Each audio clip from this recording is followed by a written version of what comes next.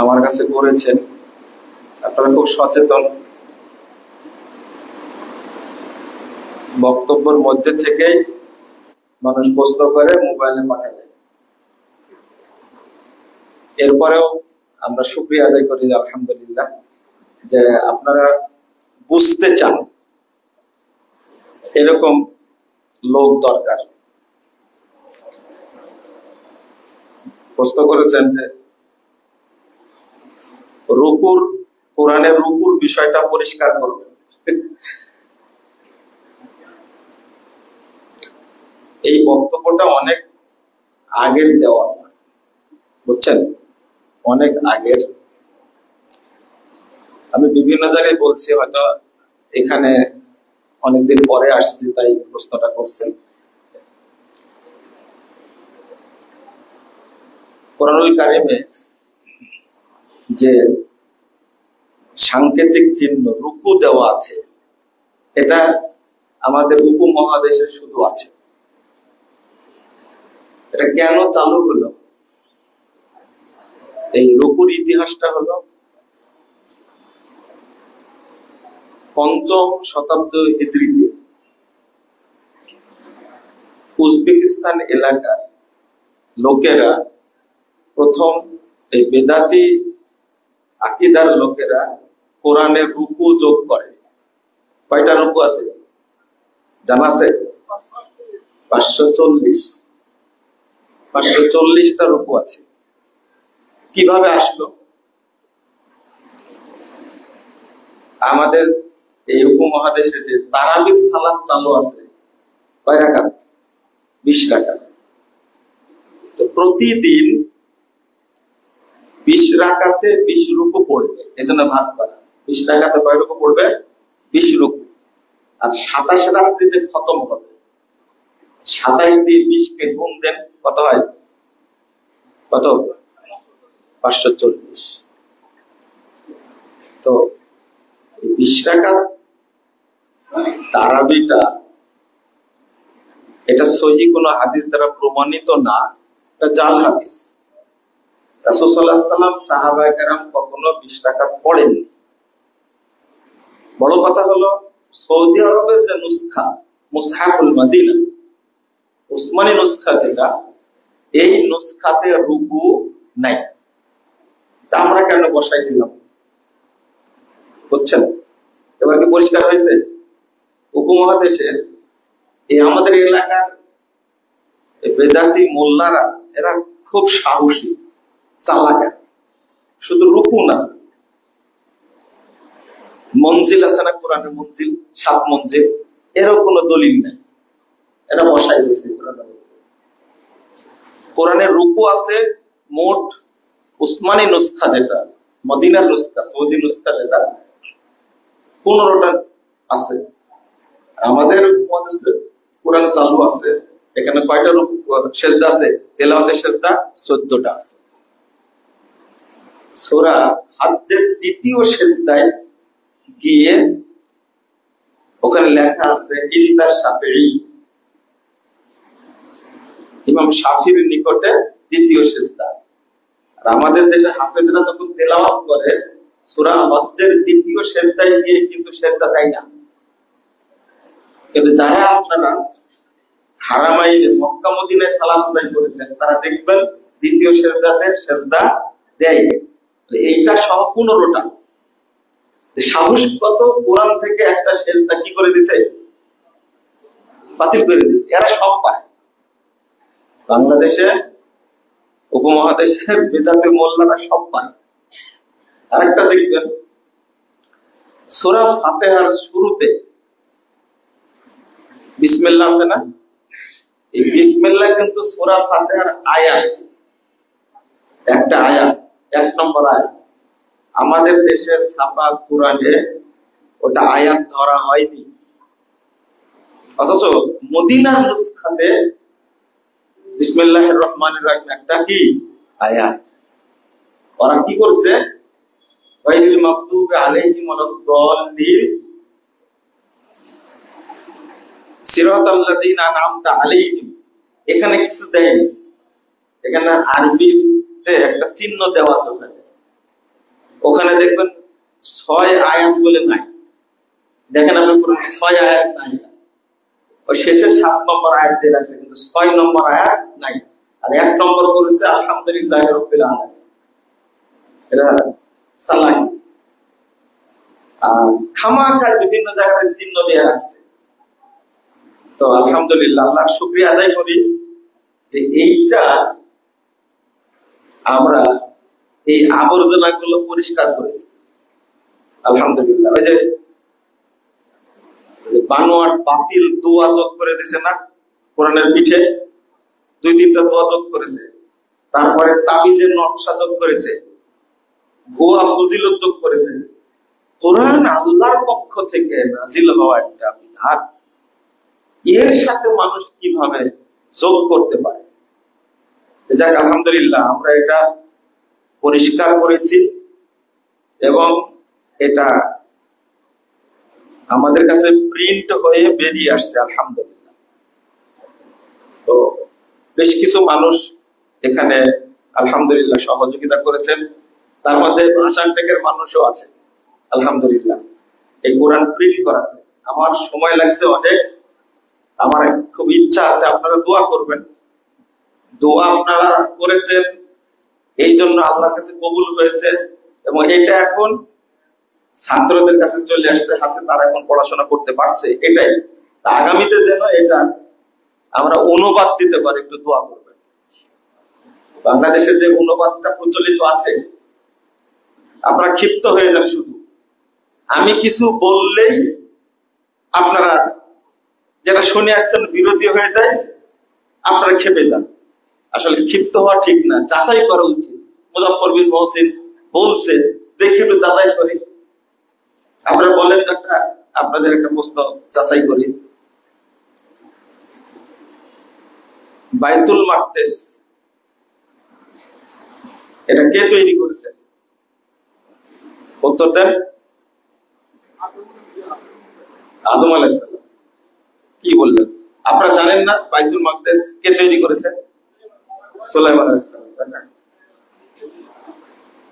আসলে মুসলিমদের প্রথম কিবলা কোনটি? বাইতুল মাকদেস। দেখেন,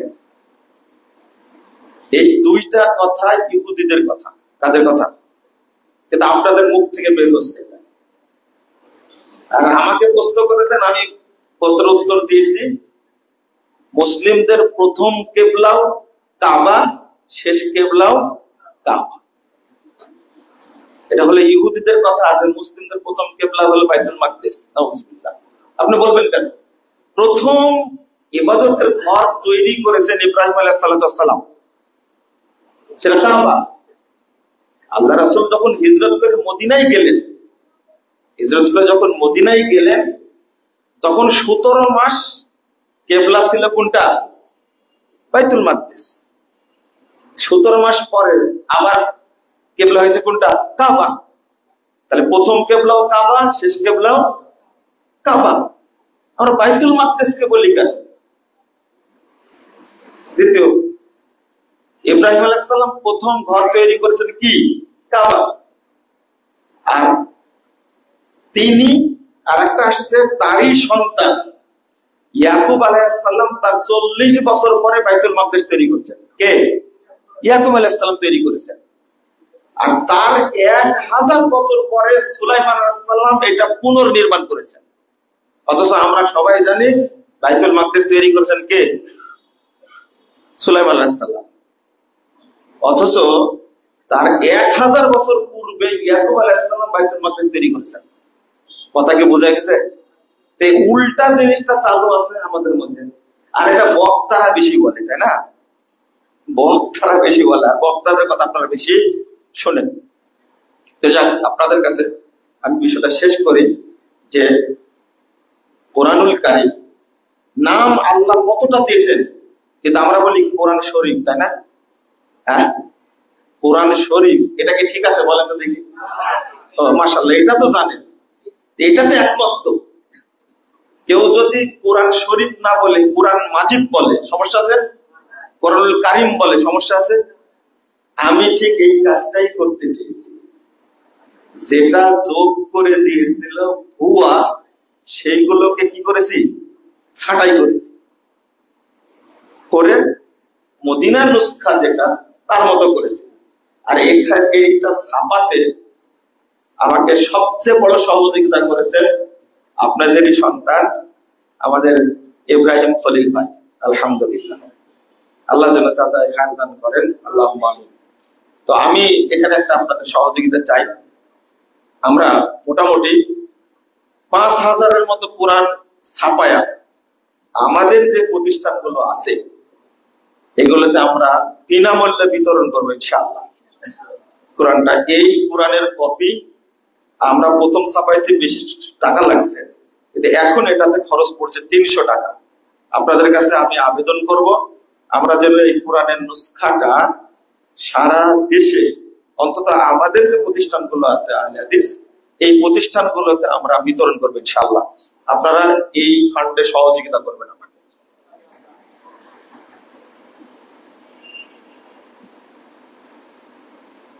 আর একটা প্রশ্ন, আমার ঠোঁটের কোনায় ঘা, গায়ের মধ্যে আছে, পানি লাগলে ঘা বেড়ে যায়, এমন অবস্থা ওযু আর ফরজ গোসলের সময় কিভাবে মুখমণ্ডল ধৌত করবে? প্রথমত ওই জায়গাটা আপনি যদি কিছু লাগায়া করতে পারেন, ওযু করতে পারেন, আর ওই জায়গাতে পানি না দিয়ে বাকি জায়গাটা কি করবেন, ধুয়ে ফেলবেন। ফরজ গোসলের সময় আপনি হয়তো গা ধুয়ে নিলেন আর ওই জায়গাটা কি করলেন, মাসা করে নিলেন, সমস্যা নাই। আর একান্ত যদি না করা যায় তাহলে তায়াম্মুম করবেন। ওযু না করে গোসল না কি করবেন, তায়াম্মুম করেন। এটা খুব সহজ অপশন, শরীয়ত অপশন দিয়েছে, কোনো সমস্যা নাই। আচ্ছা, আরেকটা প্রশ্ন করেছিলেন আপনি, এক বক্তব্যে বলেছেন আহলে হাদিসদের কোনো বন্ধু নাই, কি বোঝাতে চেয়েছেন? আচ্ছা, আহলে হাদিসদের কোনো বন্ধু নাই কেন বলেছি জানেন? আহলে হাদিসরা যে মানহাজের অনুসরণ করে সেটা কি সালাফদের মানহাজ। রাসূল সাল্লাল্লাহু আলাইহি ওয়াসাল্লাম, সাহাবায়ে কেরাম, তাবেঈন, তাদের নীতি ফলো করে আহলে হাদিসগণ। এই নীতির সাথে আমাদের অধিকাংশ মানুষের নীতির মিল নাই। আরো যদি খুলে বলতে চাই, এই প্রেক্ষাপটে কথাটা বলেছি, যে সরকারি আসে ওই সরকারি আহলে হাদিসদের উপরে কি করে, দমন পীড়ন চালায়। যেমন আজকে যে বক্তব্যটা দিলাম, এই বক্তব্যটা এই বর্তমান সমাজের লোক এটা কি গ্রহণ করতে পারবে? বলেন দেখি, আপনারাই পারেন না গ্রহণ করতে। আমরা তো আসলে এইরকম গুজামিলে কিছু চাই না। এই বক্তব্য দেওয়ার কারণে একটা উদাহরণ দিয়ে মাফ করবেন আমাকে। আমি এক সময় 14 সালের শেষের দিকে জেলে গেছিলাম, 15 সালে বেরিয়ে আসছি, আমার নিজের কথাই বলি। তো আমি কৃতজ্ঞ ভাষার টেকের মানুষদের প্রতি, আলহামদুলিল্লাহ, আপনারা অনেক ভালোবাসেন, অনেক স্মৃতি আছে আপনাদের সম্পর্কে। তো 14 সালে ক্ষমতায় ছিলেন এক সরকার, গত সরকারই তো ছিল, তাই না? একটা হত্যা মামলা দিয়ে আমাকে ফাঁসানো হলো। এখনো এই মামলার প্রতি মাসে হাজিরা দেওয়া লাগে, ওর চার্জশিটও হয়নি। সেখানে গিয়ে দেখা হলো আল্লামা দেলোয়ার হোসেন সাঈদী সাহেবের সাথে, রাহিমাহুল্লাহ। তো 3 মাস 22 দিন একসঙ্গে কথাবার্তা বলেছি, পাশাপাশি ছিলাম। তো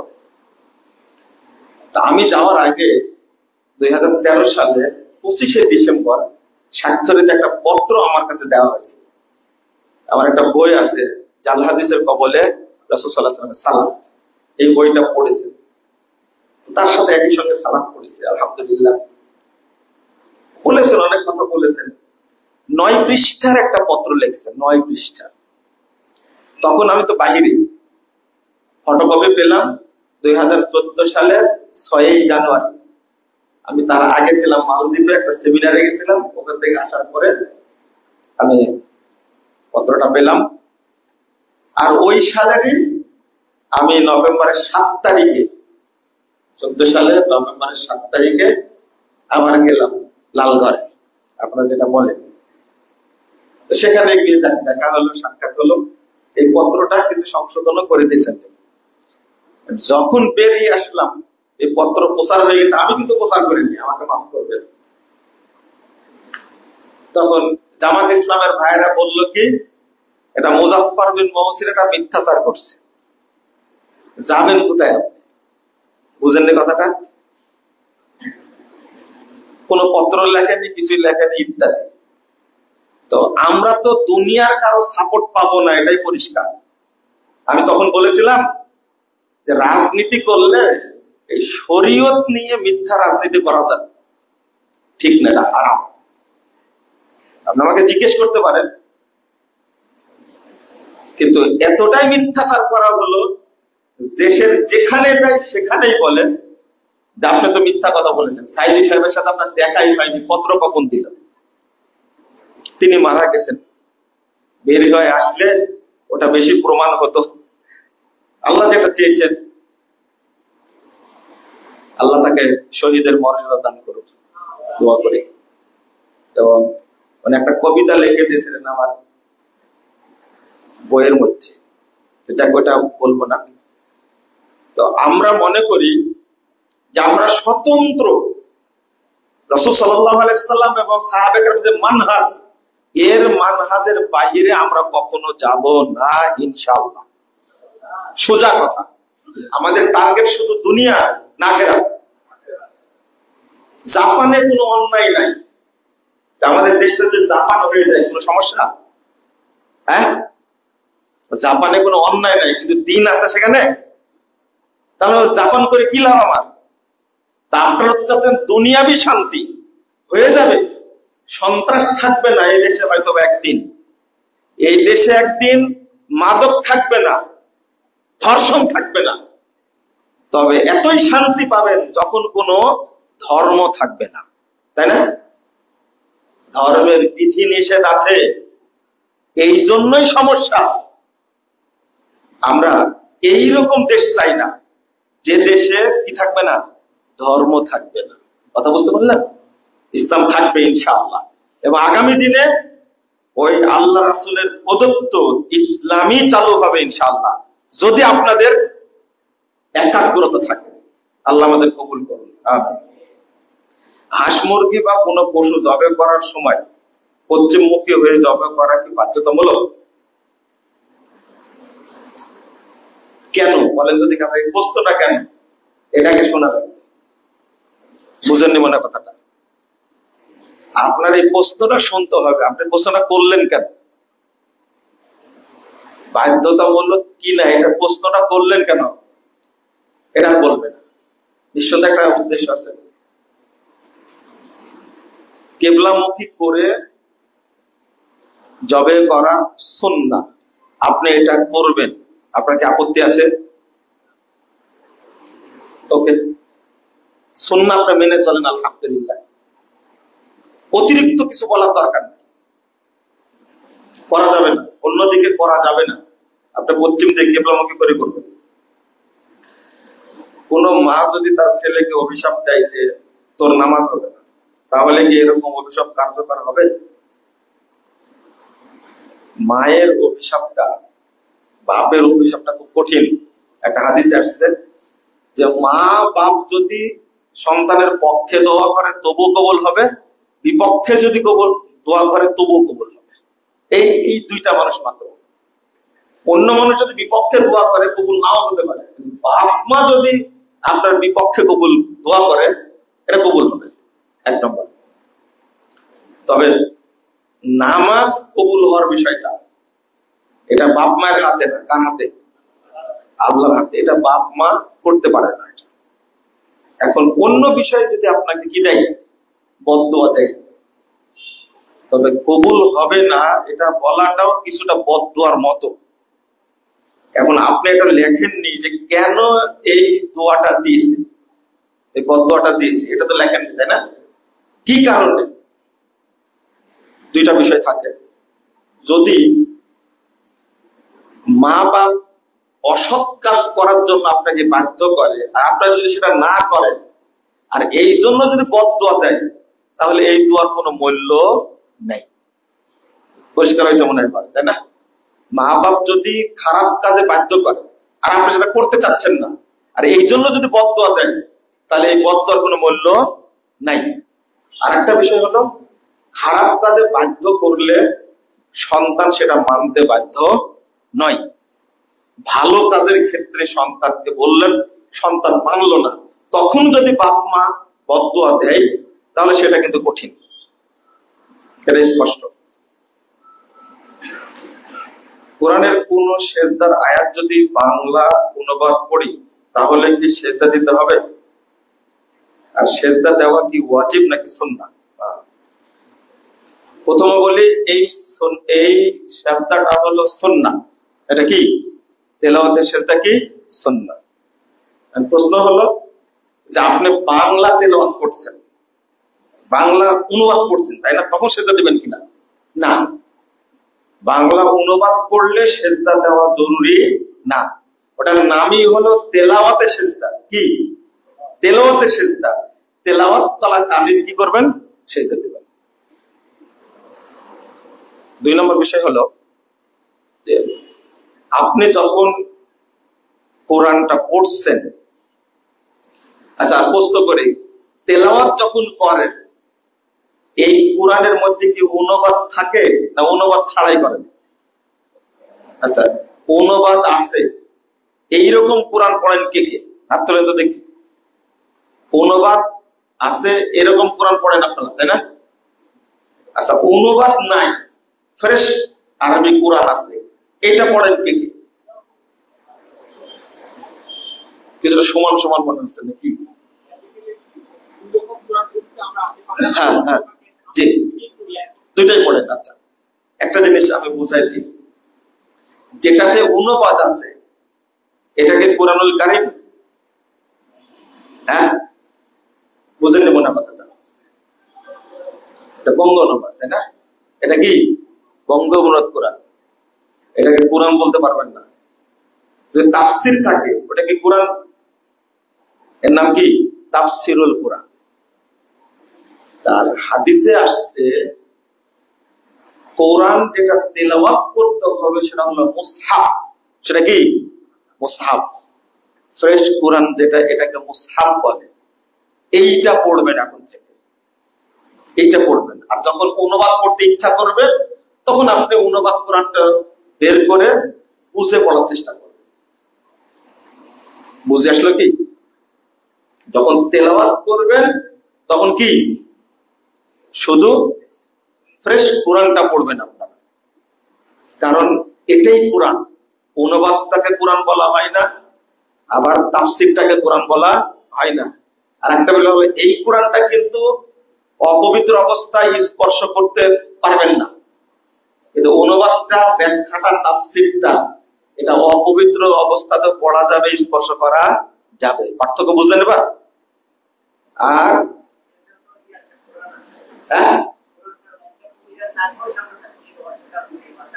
না, আপনি ফ্রেশ কোরআনটাই পড়বেন। অর্থ বোঝার জন্য আলাদা কোরআন পড়বেন, অর্থ বুঝবেন যখন আলাদা পড়বেন। তেলাওয়াত আলাদা জিনিস, কিন্তু আপনি যদি বুঝে পড়তে চান তাহলে অনুবাদ পড়বেন, তাফসীর পড়বেন, সেটা আলাদা। আমাদের আহলে কোরআনরা আমাদের সর্বনাশ করে ফেলেছে। আগে বহু মানুষ কোরআন তেলাওয়াত করতেন শুধু। রমাদান মাসটা হলো তেলাওয়াতের মাস, এইটা মাসটা কোরআন বুঝে পড়ার মাস না। কোরআন বুঝা পড়বেন অন্য মাসে, কিন্তু রমাদান মাস কি শুধু তেলাওয়াত করবেন, যত পারেন তেলাওয়াত করবেন। আর যারা বাংলা উচ্চারণ করে পড়েন তারা নেকি পান না, তাদের পাপ হয়। বাংলা উচ্চারণ করে কোরআন তেলাওয়াত করা কি হারাম? অনেকেই করে। বিভিন্ন জায়গায় জিজ্ঞেস করছি, বহু মানুষ দেখছে বাংলা উচ্চারণ করে কোরআন পড়ছে, বলে তো আমরা আগে পড়তে জানি না।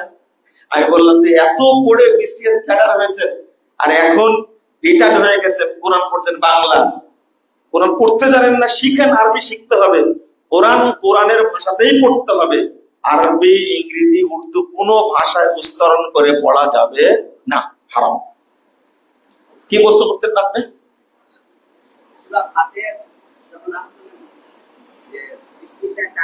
জি,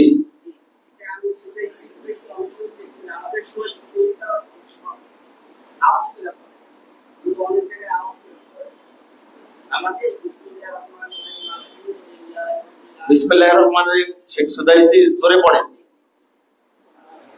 হ্যাঁ, কি বললেন আপনি নামাজের মধ্যে? আমরা তো শুনিনি কখন। আপনারা শুনেছেন? বিসমিল্লাহ সূরা ফাতিহার আয়াত, এটা যেমন ঠিক সূরা ফাতিহা পড়ার সময় বিসমিল্লাহ পড়তে হবে আস্তে, জোরে পড়া শুরু করতে কোথা থেকে? আলহামদুলিল্লাহ রাব্বিল আলামিন। ঠিক আছে?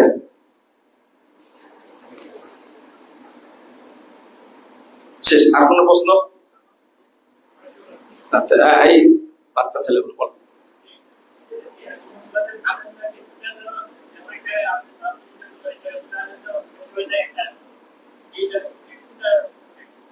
আচ্ছা আচ্ছা,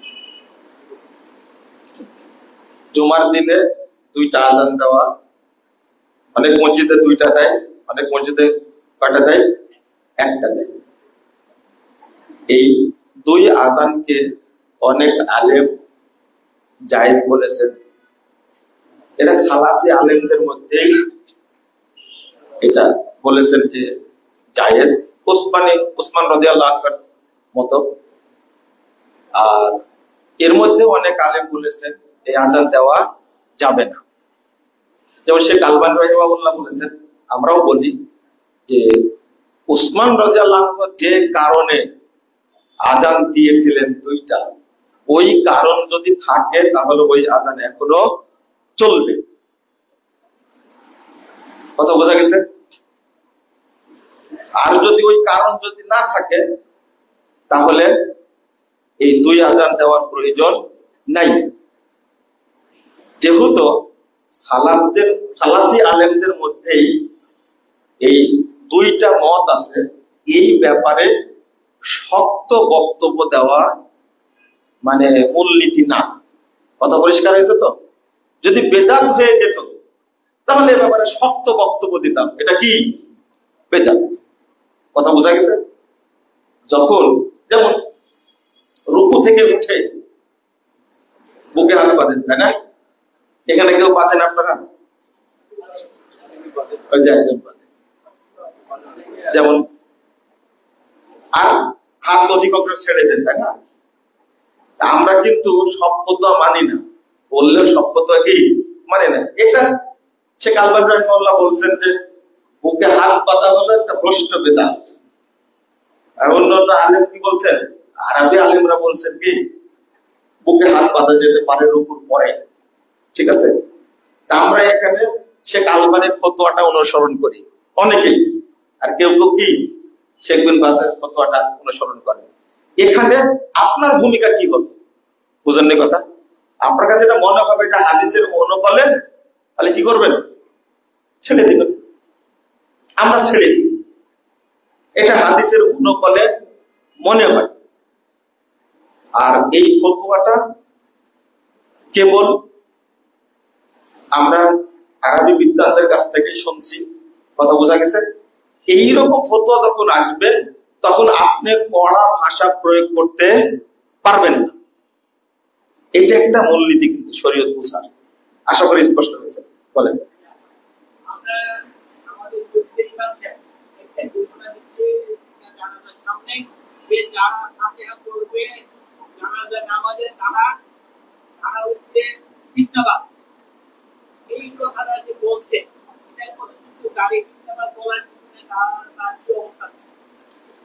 দেখেন, সূরা ফাতিহা জানাজার সালাতে না পড়লে সালাত হবে না। শুধু জানাজা না, যে কোনো সালাত সূরা ফাতিহা না পড়লে হবে না, বাতিল। সালাত কি বাতিল। তো এই হাদিসকে বিরোধিতা করতে গিয়ে যদি কেউ বলে যে যারা সূরা ফাতিহা পড়ে জানাজার সালাত তারা ফিতনাবাজ, যারা পড়ে না তারাই ফিতনাবাজ, তাই না? বিষয়টা এরকম না। উল্টা যারা সুন্নাহ মানে তাদেরকে কি বলছে? ফিতনাবাজ। কত কি বলে, ইহুদিদের দালাল বলে, তাও তো এটা বলেনি আপনাকে। আমাদের তো ইহুদির দালাল বলে, খ্রিস্টানের দালাল বলে, একটা জাকির নায়েককে খ্রিস্টানের দালাল বলে, যদিও তার বক্তব্য শুনে কোন মুসলমান খ্রিস্টান হয়নি, কিন্তু বহু খ্রিস্টান মুসলিম হয়ে গেছে। এইগুলো বলার কারণে বলে। এই অবস্থা সাধারণ মানুষ একটু শিক্ষিত হলে এই অবস্থাগুলো থাকবে না ইনশাআল্লাহ, আশা করি। বলে হ্যাঁ,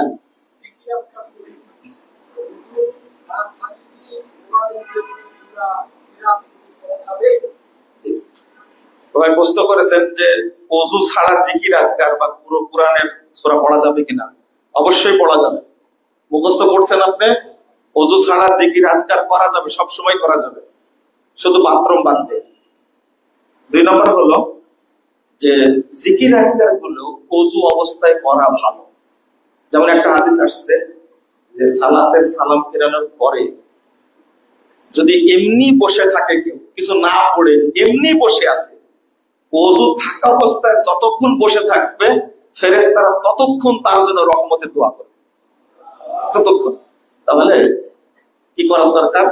ওযু অবস্থায় থেকে জিকির আজকার করাটা কি ভালো। প্রশ্ন করতেই থাকবেন, তাই না? থামেন, এ নিয়ে আগে বলেছেন।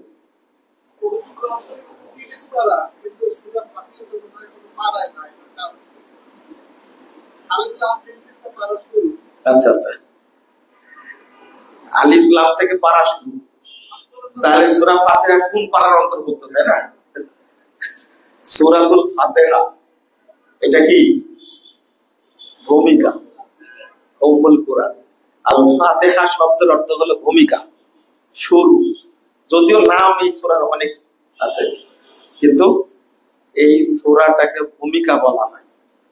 কিন্তু ভূমিকাটা কোরআনের বাইরে থাকে না ভিতরে থাকে?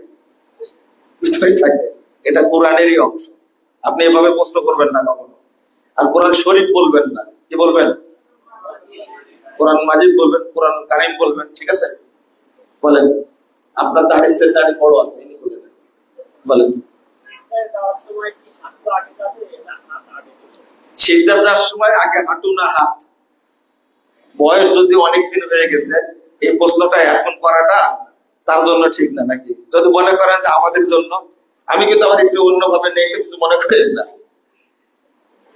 আগে হাত দিবেন, হাত দেওয়ার হাদিসটা সহিহ, আর আগে হাঁটু দেওয়ার হাদিসকে অনেকেই সহিহ বলেছে, ঠিক আছে? সহিহ হাদিসটা আপনারা আমল করবেন ইনশাআল্লাহ। বলেন এবার।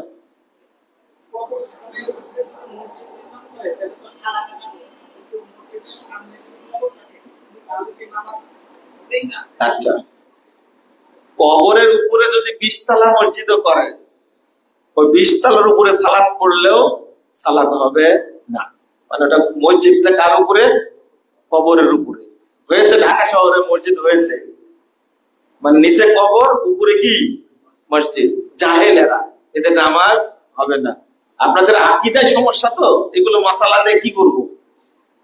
বলে মসজিদের সামনে তো কবর আছে, এই কবরটা কি মসজিদের জায়গায় না অন্য জায়গায়? মসজিদের জায়গা না। আচ্ছা, এইটা পরিষ্কার করতে হবে। মসজিদের জায়গায় যদি কবর থাকে, সামনে হোক, ডানে হোক, বামে হোক, কোন জায়গায় থাকলে ওই মসজিদে সালাত হবে না। এটা হলো 1 নম্বর। আর মসজিদের বাহিরে যদি থাকে, অন্য জমিতে, অন্যের জমিতে, তাহলে মূলনীতি হলে তখন মসজিদের দেওয়াল আর কবরের মাঝখানে একটা আলাদা কি করতে হবে? ওয়াল দিয়ে দিতে হবে। তাহলে সালাতে কোনো সমস্যা নাই। এইটা কত সুন্দর বুঝছে, দেখেন যে কবরের উপরে মসজিদ তৈরি করা হয়েছে, নামাজ হবে না, কত সুন্দর বুঝছে। কিন্তু যে ইমামের আকীদা আল্লাহ সর্বত্র বিরাজমান, আল্লাহ নিরাকার, তার পিছনে কি নামাজ হবে? হ্যাঁ, না, এর পিছনে নামাজ হবে না। পড়েন কেন? এটা এখন পর্যন্ত বুঝেননি। জামাত হলে নামাজ শুরু করে দেন, অথচ ওই ইমামের আকীদা হলো নবী মরেনি, হায়াতুন নবী এখনো জীবিত আছে। এরা হলো মুশরিক। আস্তাগফিরুল্লাহ, আস্তাগফিরুল্লাহ, নাউজুবিল্লাহ। আল্লাহর নবী গায়েব জানতেন। এই পচা আকীদা যাদের, তাদের পিছনে সালাত হবে না, বাতিল। সালাত কি? বাতিল। পরিষ্কার, ভালোভাবে জেনে রাখবেন কথা। অতএব সালাত পড়ার সময় হিসাব করে পড়বেন।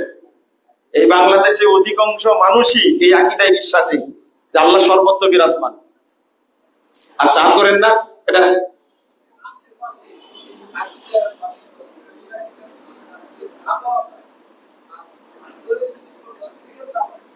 দেখেন তো জটিল করে ফেললে এবার, তাই না?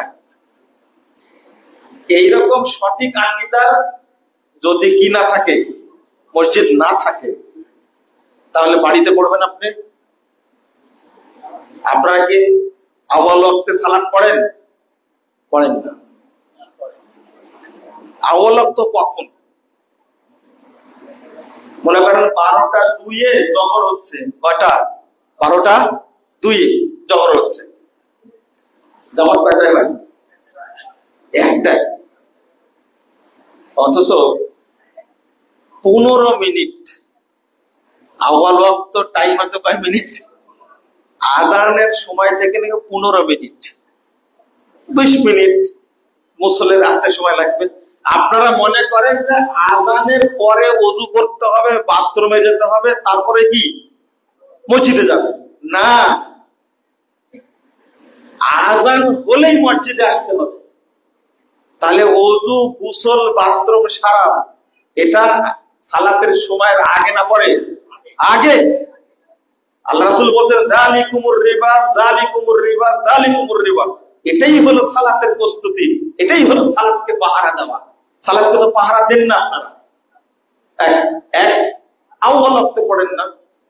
একজন প্রশ্ন করেছিল আপনার মতোই যে আমার বাড়ির পাশেই মসজিদ আছে, তো 20 রাকাত তারাবি হয়, তো আমি 8 রাকাত পড়ি তারাবির নিয়াতে, আর 12 রাকাত পড়ি সুন্নাতের নিয়াতে।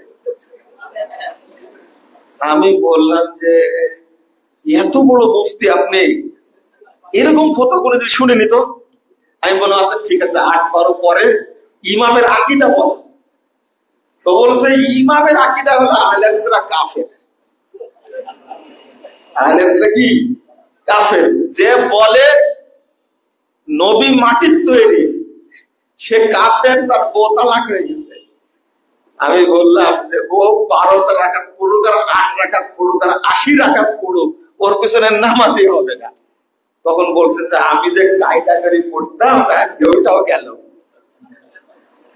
কথা কি বুঝতে পারছেন? ও কায়দা করে পড়ছে, নিজে নিজে একটা কায়দা করে নিছে যে 8 রাকাত পড়বো কি তারাবির নিয়াতে, আর বাকি 12 রাকাত পড়বো কিসের নিয়াতে? সুন্নাতের নিয়াতে। দেখছেন, মানুষ ভিতরে ভিতরে মুফতি হয়ে গেছে, খেয়াল করেন না। তো আপনাকে বলবো, একটা হাদিস আসছে, সেটা হলো ইন্নাকুম সাতুদরিকুনা আকওয়ামা ইউসাল্লুনা আস-সালাতা বিগাইরি ওয়াক্তিহা ফাসাল্লু ফি বুয়ুতিকুম ফিল ওয়াক্তিল্লাযী তা'রিফুন। মুসনাদ আহমদের হাদিস 3601 নম্বর হাদিস। আল্লাহ রাসূল বলেছেন অনেক দল আসবে, দেখবা সালাত পড়বে তারা, ওয়াক্ত থাকবে না তখন পড়বে, ওয়াক্ত নষ্ট হয়ে যাচ্ছে তখন পড়বে। তখন তোমরা তোমাদের সালাত বাড়িতে পড়ো। স্পষ্ট হলো? পাওয়া গেল? সালাত নষ্ট হওয়া ভালো না সালাত কবুল হোক বাড়িতেই পড়ি সেটা ভালো? কোনটা? এদের পিছনে নামাজ পড়লে নামাজ কি হবে? বাতিল হবে। আপনি এখানে ফতোয়াগিরি করেন না, ঠিক আছে? আশা করি আপনারা স্পষ্ট হয়েছেন, জাযাকুমুল্লাহ খায়রান। আর আজ থেকে 30 বছর আগে মারা গেছেন একজন আলেম, দিন রহমানি আলেম। তার ছেলে বলছেন যে আমার আব্বা কোনদিনই ওদের পিছনে নামাজ পড়েনি। জিজ্ঞেস করতেন কেন পড়তেন না, তো বলছে ওদের পিছনে নামাজ পড়লে নামাজ হবে না, এটা জাতিকে তো বুঝানো যায় না, আমি নিজে পড়ি না, মানুষকে বললেই মানুষ প্রশ্ন করে, মানুষকে বললে তো বুঝাতে পারি না। ওদের আকীদা হলো আল্লাহ সর্বত্র বিরাজমান, আল্লাহ নিরাকার, নবী গায়েব জানতেন, নবী হায়াতুন নবী, পীরেরা জীবিত আছে আমাদের উপকার করে। এই সমস্ত আকীদা যারা তারা হলো কি মুশরিক। লোকটা মারা গেছে কত বছর আগে? 30 বছর আগে এত বড় আলেম মারা গেছেন, তিনি পড়তেন না। আর আজকে আহলে হাদিসদের আকীদার প্রচার বেশি, জাহেলও বেশি হচ্ছে। আল্লাহ আমাদের বোঝার তৌফিক দান করুন, আমিন। আর প্রশ্ন করেন না, বলেন।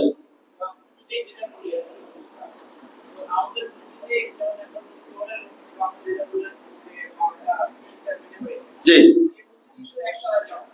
এই মসজিদের মুতাল্লিক আমি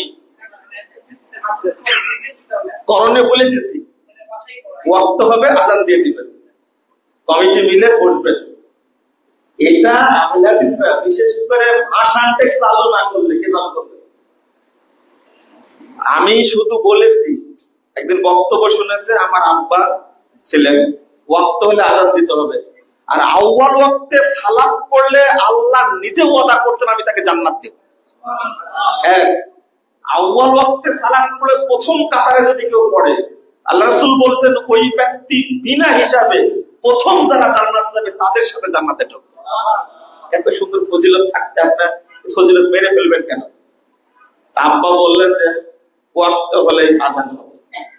কারণ 11:54 ওয়াক্ত হচ্ছে রাজশাহীতে, মনে করেন আজান দিয়ে দিল, মানুষ খেপে যাবে না?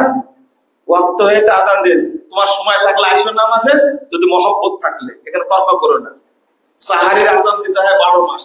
শোনার পরে বলছে আজান এখন সাহারিরও হবে, 12 মাস সাহারির আজান হয়, 12 মাস।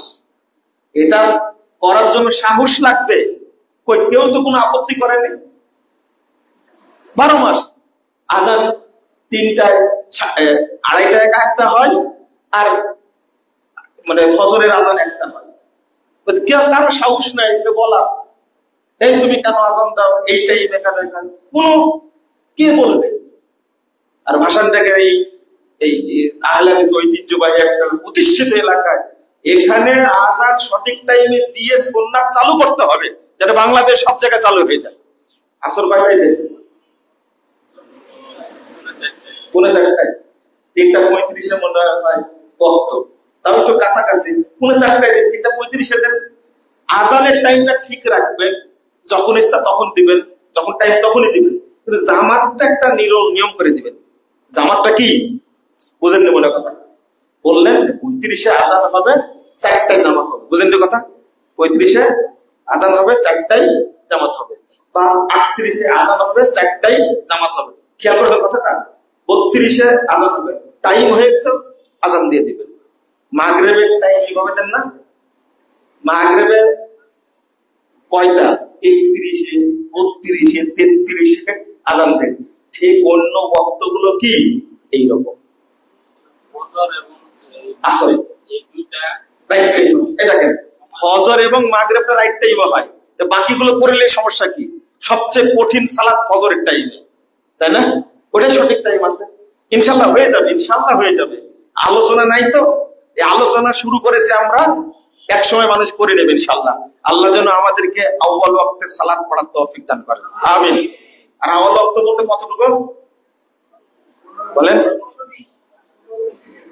যেখান থেকে আজান শুরু হয়েছে ওখান থেকে নিয়ে 15 থেকে 20 মিনিটের মধ্যে সালাত পড়ে নেবেন, ঠিক আছে? জাযাকুমুল্লাহ খায়র, আশা করে বুঝতে পেরেছেন। আর প্রশ্ন করেন না, না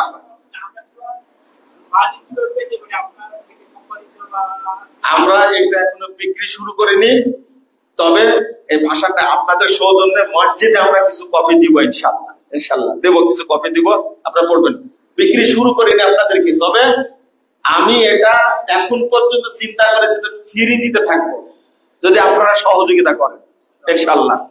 মুসহাফ যেহেতু এটার সম্মানে থাকে, এখানে যারা মুসল্লি আছে মনে করেন 500 কোরআন দিলে তো কভার হয়ে যাবে ইনশাআল্লাহ, তাই না?